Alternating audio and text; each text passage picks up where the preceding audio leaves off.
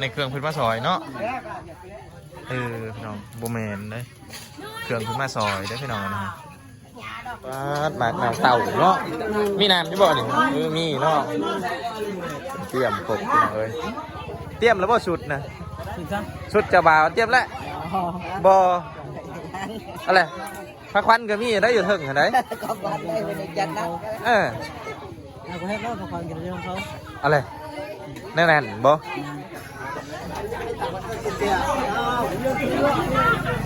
ใช่มาชมยอกกันอ่ะพี่จบที่บ้านเลยบ้า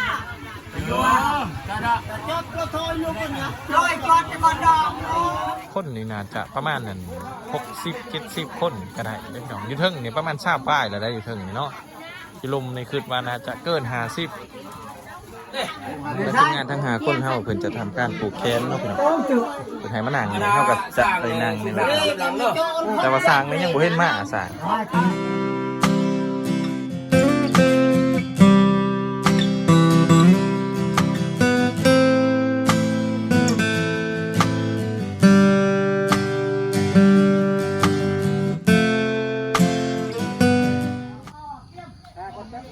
กราบสวัสดีพ่อแม่พี่น้องทางฝั่งไทยแล้วก็กราบสวัสดีพ่อแม่พี่น้องทางฝั่งลาวเนาะแล้วก็ขอกราบสวัสดีพ่อแม่พี่ๆน้องๆ FC ที่รับเบิ่งรับส้มอยู่ต่างประเทศนำพี่น้องเลยเนาะก็ยินดีต้อนรับทุกท่านเข้าสู่ช่อง YouTube เบาลาน้อยคือเก่าเนาะทุกคนเนาะก็ที่ทุกคนเห็นนั่นแหละพี่น้องเอ้ยเนาะที่เข้าจบคลิปไปเมื่อวานนี้ก็คือการเตรียมงานขึ้นเพื่อนใหม่ของ2 ใหม่ลูกพี่น้องมื้อนี้เข้ากะได้มากขึ้นเพื่อนเพิ่นเป็นที่เก็บหอดพี่น้องเอ้ยเนาะแต่ว่าเพิ่นบ่ทันได้ขึ้นเด้อพี่น้องเด้อเพิ่นท่าเนาะน้องแม่เพิ่นก็ยุ่งเนาะพี่น้องเราอาจจะไปทักทายแม่เพิ่นเนาะแต่ว่าเฮาสิเก็บภาพบรรยากาศรวมๆในงานในมื้อนี้พี่น้องเนาะคนมาหลายพี่น้องเอ้ยเนาะเฮาขี่รถมาเมื่อกี้นี่ยังมีอยู่เด้อพี่น้องคนแต่ที่ย่างครับหรือว่าทยอยมาร่วมงานเนาะปูนทางหลังหมดแล้วพี่น้องพูดทางลังเป็นอยู่ทางหุ่นเนาะเป็นยางมาประทานหอดเนาะเอากระยางมาก่อนพี่น้องเอ้ยเนาะ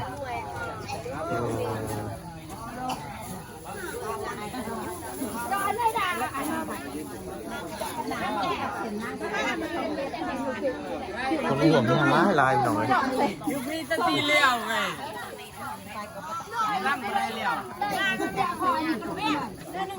พี่น้องเห็นไอดอนวะไอดอนคนขยันกันมาด้วยนะไอดอนกับไอแก้วอยู่ด้วยกันเนาะของอยู่ของกินอยู่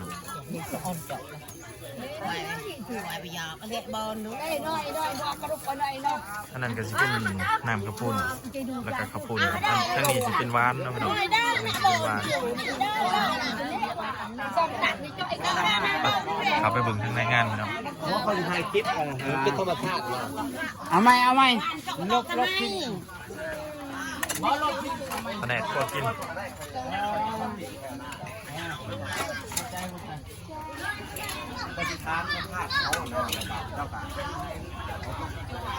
ไปทางนั้นต่อพี่น้องเลยเนาะเป็นเครื่องเลื่อนคล้องซ่านที่ทั้งทีมงานสื่อเนาะพี่น้องอันนี้ก็คือเครื่องมาซอยมดอ๋ออันนี้เครื่องพื้นมาซอยเนาะพี่น้องโบแมนได้เครื่องพื้นมาซอยได้พี่น้องนะคนละหน่อยคือว่าเขาค้นลงมาเผื่อแห่โบแมนเนาะเขาอันมาซอยเนาะทั้งนี้แหละพี่น้องเลยเนาะทั้งเงินยัดพี่น้องไปนี่แหละคนในบ้านที่2นั่นแหละเอามาซอยเนาะเอามาซอยก็สิเป็นแบบนี้แหละพี่น้องเพื่อนแต่ละล่างที่เขาคืนใหม่นะมันเป็นนั่นประเพณีกับว่าแมนเนาะเพื่อนใหม่แป้งเขาเนาะทุกเทือที่เพิ่นคืนเพื่อนเพิ่นก็จะนำกองมาซอยกันเนาะพี่น้องเนาะมาครบเลยทีมงานทั้งวันนี้มีบาวสัญญามีบาวลาสายบุญกับบาวพรเนาะพี่น้องบาวน้อยจะใส่เนาะบาวน้อยเนาะโอ้บาวน้อยอยู่เทิงพี่น้องพูดบาวน้อยเพิ่นอยู่เทิงเลยลงมาแล้วพี่น้องเลยดีใจนะแม่เพิ่นได้พี่น้องแม่เพิ่นสิได้เฮือนใหม่เลยพี่น้องสบายดีเด้อบาวพรโดยสบายดีโอ้มาครบแล้วเนาะวันนี้เนาะจังหน่อยเพิ่นสิแห่พี่น้องเพิ่นสิแห่ออมเพื่อนเนาะกัดงานนี่เพิ่นมีภาพเด้อพี่น้อง เข้ามาพามก็คือมีเฒ่ามีแก่ที่ยันเพิ่นสิเฮ็ดพิธีอยู่เทิงอะไรพี่น้องก็เพิ่นสิถามอยู่เทิงอะไรเนาะ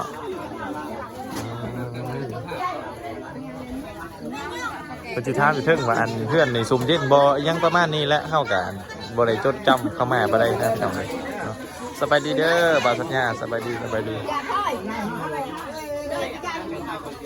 คึกคืนขนาดพี่น้องขนาดคนมาบ่ทันครบเลยนี่น่าจะยังบ่หมดเนาะน่าจะยังบ่หมด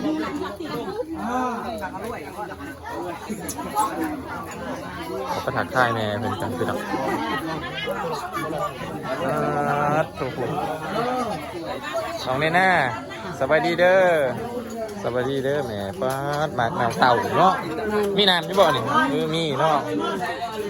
เตรียมครบพี่น้องเอ้ยนี่แหละเพิ่นสิจัดแจ้งบอลยางนี่แหละยางอ้อมเนาะ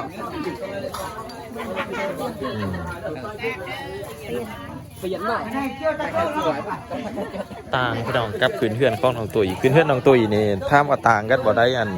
ต่างน้ำข้นนี่ก็1แหละอันต่าง2ละการจัดงานเนาะอันนี้สิพร้อมกว่าพี่น้องเนาะพร้อมเพียงเลี้ยงหน้ากว่าโอ้ไอ้แก้วก็มาเนาะวันนี้สบายดีเด้อไอ้แก้วมาแต่เช้าแล้วเนาะไอ้แก้วเนาะมาร่วมงานน้ำแม่เพิ่นก็บ่ได้มาแต่ไอ้แก้วผู้เดียวได้แหละไอดอนนี่ไอดอนคนขยันเตรียมแล้วบ่ชุดนะชุดจะบ่าวเตรียมแล้วบ่อะไรพระควันก็มีได้อยู่ถึงไหนอะไรแน่นบ่เห็ดกะไอดอนนั่นแหละบ่มาแต่เฮิงเลยดอนมาประมาณ6 โมงเนาะอันนี้ก็ประมาณ6:40เนาะประมาณ40 กว่านาทีแล้วเฮ็ดกินซอยเขาเนาะไอดอลบ่เฮ็ดอันนะเพิ่นเนาะถึงงานพวกอยู่พวกกินเนาะเลยคือว่าเตรียมพร้อมงานก็ว่าแม่นมื้อนี้เนาะเอาสิขึ้นไปเบิ่งมันพระควันทางถึงก่อนพี่น้องจังหวะถ้าจังสิลงมาเก็บภาพบรรยากาศทั้งลมเนาะขึ้นถึงก่อนพี่น้องเอ้ยคนมา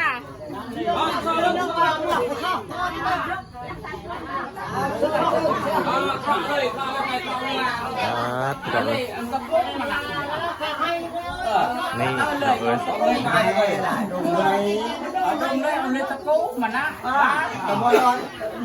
ไก่กับพี่1 2 3 4 5 6 7 โต๊ะน้องทองไก่กับร่วมทั้งทีมงานกับ5 คนแล้วก็สารตัวหนึ่งราคาของแม่คำตากับตัวนึงเนาะรวมเป็น7 โต๊ะ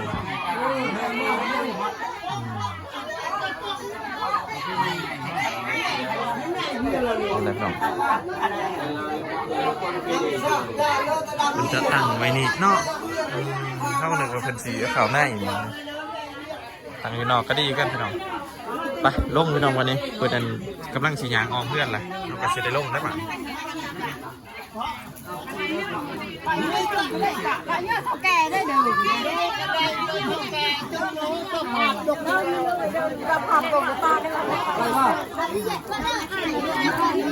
ทำแห่เคยพี่น้องเลยแบบเดียวเลยกับแห่เคย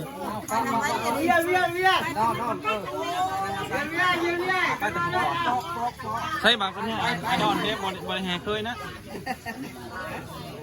เขาสิแห่เคยแล้วได้นี่เขาแก่โอ้เขาแก่เป็นยางแล้วเรา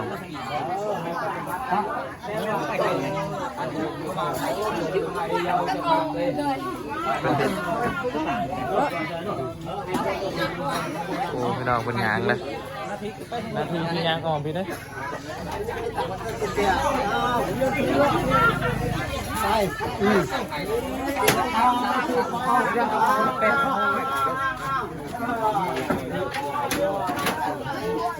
เป็นกำลังทำการยางออมเพื่อนเนาะพี่น้องเพื่อเป็นพิธีสิริมงคลให้แก่เพื่อนเนาะคนจะยางทุกเถื่อเนาะบางเถื่อกะ3 หอบเนาะบางเถื่อกะ2 หอบแต่ว่าเพิ่นว่าจะยาง3 หอบเมื่อกี้เพิ่นได้เวลาหอบ1พี่น้องเขาจะมายืนนับอยู่นี่แหละเนาะก็คือถ้ามาหอบเนี่ยนับจากใต้นับจากผู้ใหญ่ผู้นี้เนาะพี่น้องเนาะเพิ่นเป็นนั่นผู้นำกับแม่เนาะ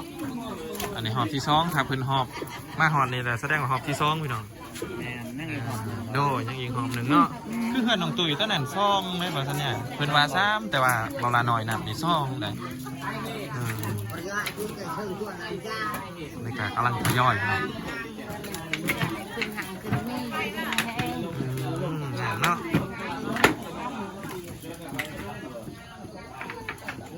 งามงามงาม โอ้จะบ่าวยางน้ำหนาเลยจะบ่าวเลย จะเบาอะไรบ้าง จะบ่าวยางน้ำหนาเลยโคตรหอบแบบว่านี้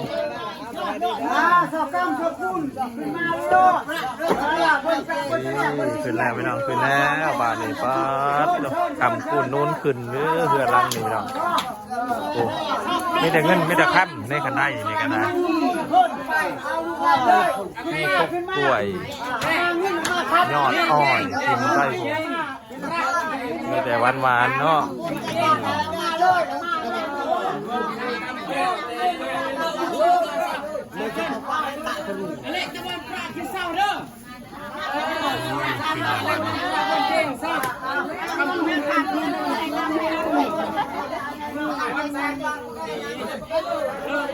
แม่เพิ่นพากับพายกระเป๋าบักใหญ่พี่น้องกระเป๋าเงินกระเป๋าคำบักใหญ่ผู้ขึ้นไปละ หมานของกินของยากกับ ได้ขึ้นเพิ่งแล้วพี่น้องวัน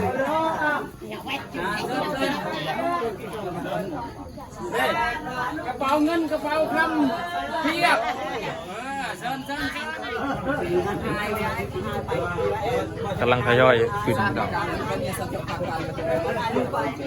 น่าจะครบแล้วแหละคนพี่น้องเลยเนาะน่าจะมาเบิดแล้วแหละเอาไอ้ดอนมาไหวลีโดนี่ฮะก็ได้เอาหนังอยู่ถึงประมาณนะอาโกไอ้ดอน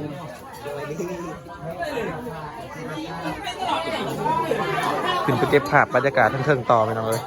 เมื่อกี้กำลังสิขึ้นเห็นนั่นเป็นทยอยลงมาคนคลองเขาก็เลยบ่ทันขึ้นเนาะขึ้นบัดนี้แหละโอ้ยมันรีเฮือนล่างนี่น้องเลย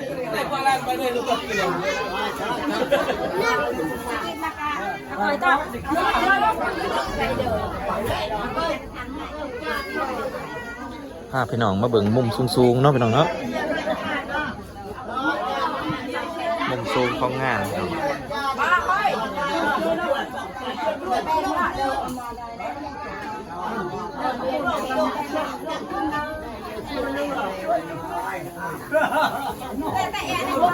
คลิปนี้ครับอาจจะบอได้ว่าวลายเด้อพี่น้องเพราะว่ามันหาจากบอได้ยินเสียงเนาะเพราะว่าเสียงอันลายนะเสียงอ่อนแห้งเราก็เลยบอได้ว่าวลายเนาะให้ภาพมันบรรยายแทนเด้อพี่น้อง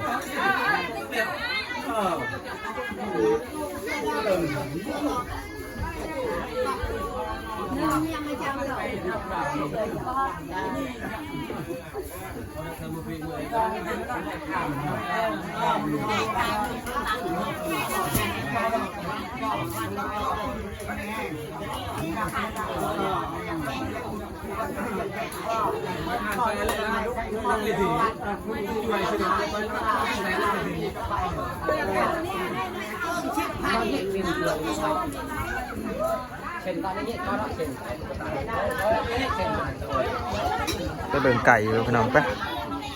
เบิ่งไก่ผูกแขนก่อนเนาะ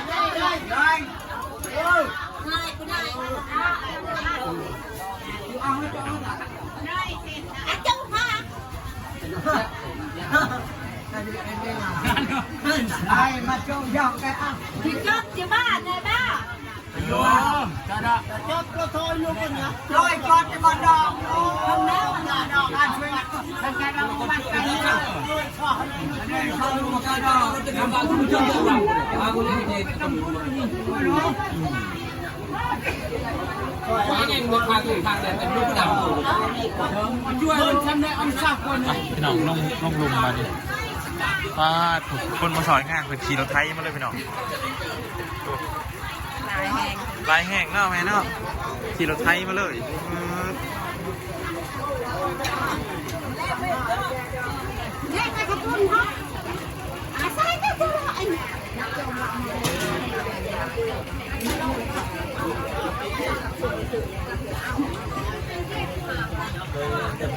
ต้องแนบไก่ก็จะเลย บ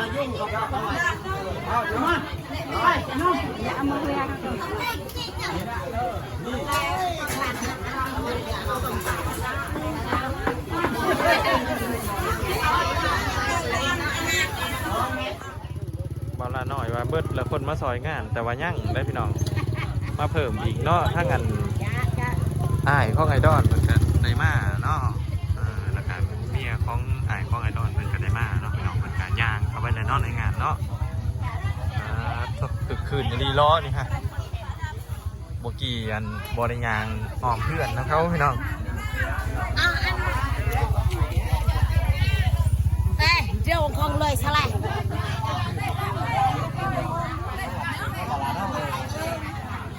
ทั้งนั้นเป็นการนั่งรับประทานอาหารว่างเนาะโอ้บอลนี่น่าจะเป็นนั่นแผนกจดเนาะพี่น้องเนาะหรือว่าแผนกบัญชีพี่น้องนี่เวลาเพื่อนนั่นมาสอยงานขึ้นเพื่อนได้มานี่เพื่อนก็จะมีอันฟ้องน้ำใจเล็กๆน้อยๆเนาะมาสอยในงานแหละกับทั้งกรรมการในงานเพื่อนจะทำการจดเนาะพี่น้องว่าครอบครัวนี้ซอยสำนี้แล้วเวลาที่เขาขึ้นเพื่อนใหม่เขาขึ้นก็จะได้นำไปซอยเขาคือเก่าเนาะพี่น้อง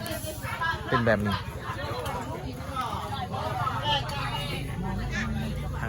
อนุกรรมการเพื่อนก็จด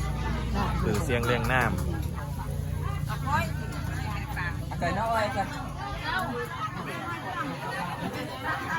ไปทางเนื้อพี่น้องเข้าทั้งนี้แดดอยากตอบจักหน่อยเนาะ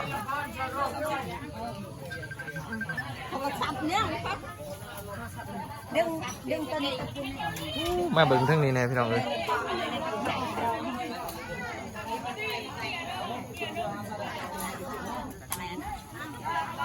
ว่าคนเนาะเทียบกับเพื่อนน้องตุ๋ยเนี่ยมันคนละอย่างเลยพี่น้องสังเกตจากมองนี้ก็น่าสิหูแล้วนะเนาะคนนี่น่าจะประมาณนั้น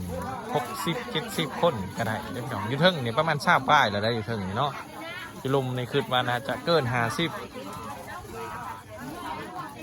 น่าจะเกิน50อยู่หลุมพี่น้องเพราะว่าทั้งทางตัวนี้อยู่ทางก็มีเนาะน่าจะ80 คนนี่แหละประมาณนี้แหละพี่น้อง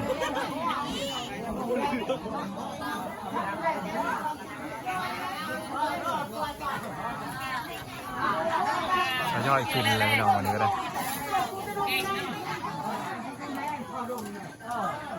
เป็นท่าพระท่านแล้วเด้อพี่น้องเดืองซีนี่เด้อเนาะเพราะว่าอันหอดเมืองงามยามดีแหละเป็นกะขึ้นก่อนเนาะแต่เป็นกะจะได้กลับมาท่าน้ำลังต้นในสางพระท่านนี่มาได้พี่น้องเลยเนาะได้ข่าวว่าสางถือเลย3 ตู้แมนแท้หรือโปแมนแท้บ่จักเลยพี่น้องเลยเนาะกูแหละขาสางเป็นมากูแหละทางซีฟูเรื่องของเราพี่น้องการขายคืองานดอกเนาะต่างแต่ว่าเจ้าบ่าวเขาบอกไปหนังน้ำเจ้าสาวผูกเจ้าบ่าวเขายื่นน้องเจ้าบ่าวแล้วเนี่ยไอดอลเจ้าบ่าวก็ได้เนาะบอกเป็นไก่มาของงานเพื่อนน้องสบายดีเด้อพอสบายดีโอ้ขอ5กับมานะไอดอลนี่มาถึงแต่6 โมงกูได้ไอดอลแล้วอ่ะคนลายพอกะว่างานสัปดาห์กะว่าคนลายอยู่ในใจพอในว่าลายอยู่สัปดาห์สมควรเหรอสมควรเนาะทางนี้ก็ว่าสมควรลายอยู่ในคนอยู่ทางก็มีหนองยางมาแล้วบ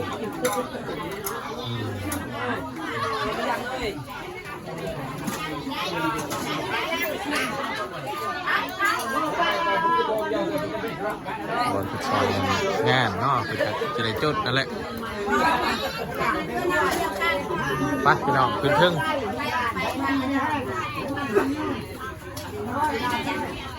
ก่อนวันนี้เนาะเขาสร้างมันก็ได้ว่ามั่งมัน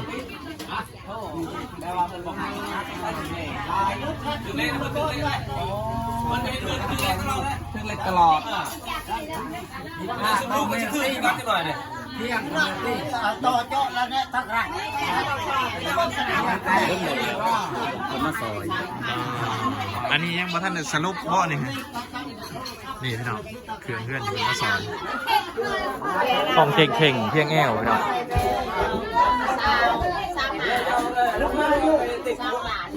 บ่ทันได้มืดได้บ่พี่น้องเลยเนาะยังบ่ทันได้มืด เดี๋ยวว่าจะพูดแค่ไหน บ้านกันตะมากเราสร้างการไปต่อจะว่าอะไรที่ ขอถามช่าง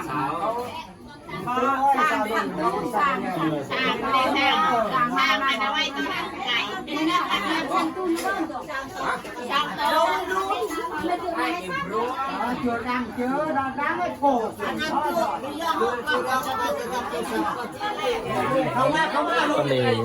ทางคุณยายเพิ่นก็จะทำการปลูกขอต่อแขนทางทีมงานเนาะพี่น้องเนาะทั้ง5คนพี่น้องเอ้ยทีมงานทั้ง5คนเฮาเพิ่นจะทำการปลูกแขนเนาะพี่น้องเพิ่นให้มานั่งเฮาก็จะไปนั่งนี่แหละแต่ว่าสร้างนี่ยังบ่เห็นมาสร้าง ใช่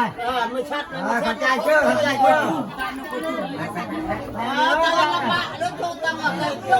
เข้าใจเชื่อ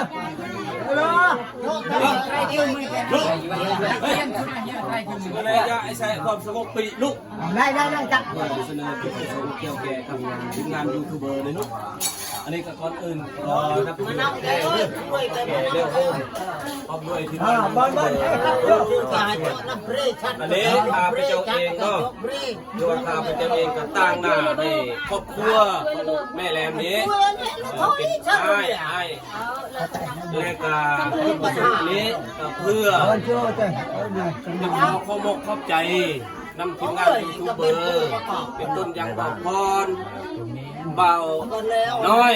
เบาสัญญาและก็เบาล่าน้อยเบาล่าใหญ่ที่มีน้ำคิดน้ำใจเอื้ออารีเพื่อชูชนและก็ซอยเรือครอบครัวที่ทุกข์ยากได้จริงนะบ่ได้ตัวบ่ได้อันนี้อันนี้ข้าพเจ้าเองก็ถือเอาโอกาสนี้เลิกงามยามดีเพื่อจะขอความมอบขอบใจนำทีมงานยูทูบเบอร์และก็ขอความมอบขอบใจนำพ่อใหญ่ใจดี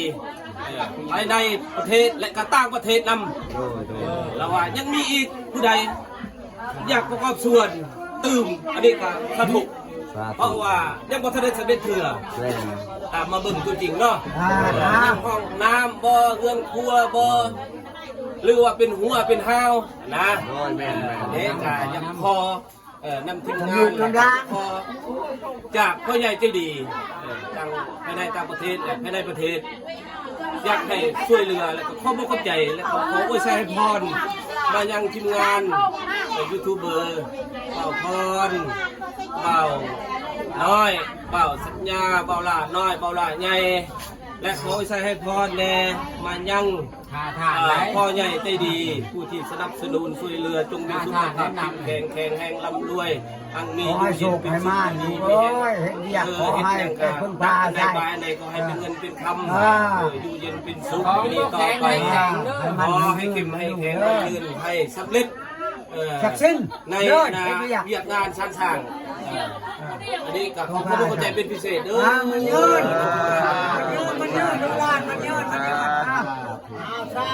เอาซะพอดีต่อไปดิซีดีมอบให้ทั้งเข้าทั้งแก่เข้าสู่พิธีโดยมอบผ้าขอบผ้าขวัญให้ลูกให้หลานเชิญไอ้เชิญเด้อนี่จะผ่าขอคำเห็นแน่ขอคำเห็นแน่ถ้าว่าเรื่องเป็นเรื่องของลูกของหลานถ้าว่าให้มอบเป็นทางการ